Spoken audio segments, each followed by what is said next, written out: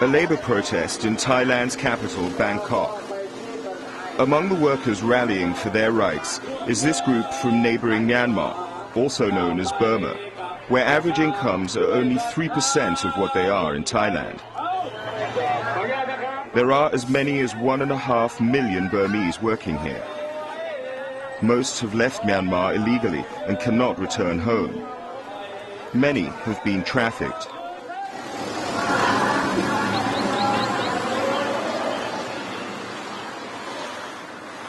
These workers and tens of thousands of their children often live in the shadows of mainstream society, making them easy targets for violations of human rights.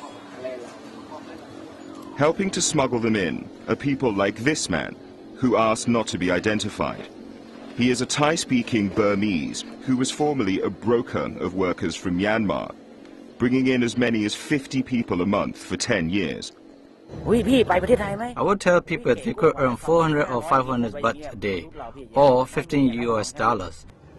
But I would never tell them how long they have to work to earn that much. And this is where many Burmese migrants would end up, in Samut Sakhon province, the center of Thailand's fishing industry. It is also home to one of the largest concentrations of exploited workers from Myanmar. Few of these workers are willing to risk speaking out on camera.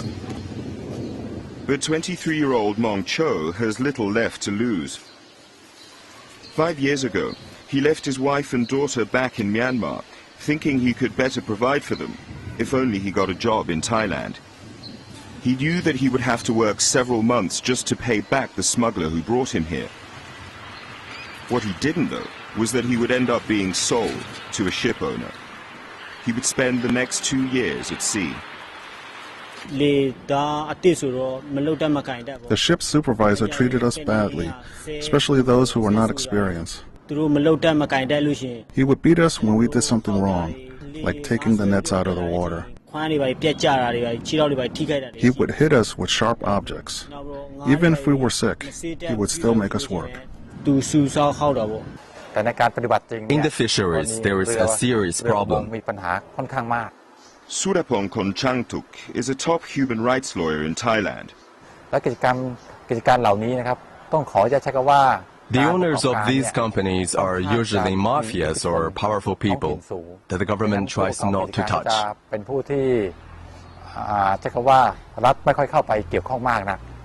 Going after traffickers is rare, but one case of exploitation that is being pursued involved these fishing boats. The sailors left Thai shores in 2003 and returned 3 years later. Underfed and beaten by their supervisors, many got sick and died. Most were from Myanmar. A Thai sailor, Horn, saw what happened. There were over 100 workers on the boat. 30 of them died. I myself dropped 17 bodies into the sea. Even with witnesses like Porn testifying, it's not clear if the boat's owner will ever be punished. Many people hope that's about to change. In April 2008, 54 illegal workers from Myanmar crammed into the back of a freezer truck used for carrying seafood, suffocated while being smuggled to a Thai resort. Their shocking deaths highlighted the vulnerability of foreign migrant laborers. Authorities are now beginning to recognize the scale of the problem, and a new law was passed this year to try to go after those responsible for exploiting workers.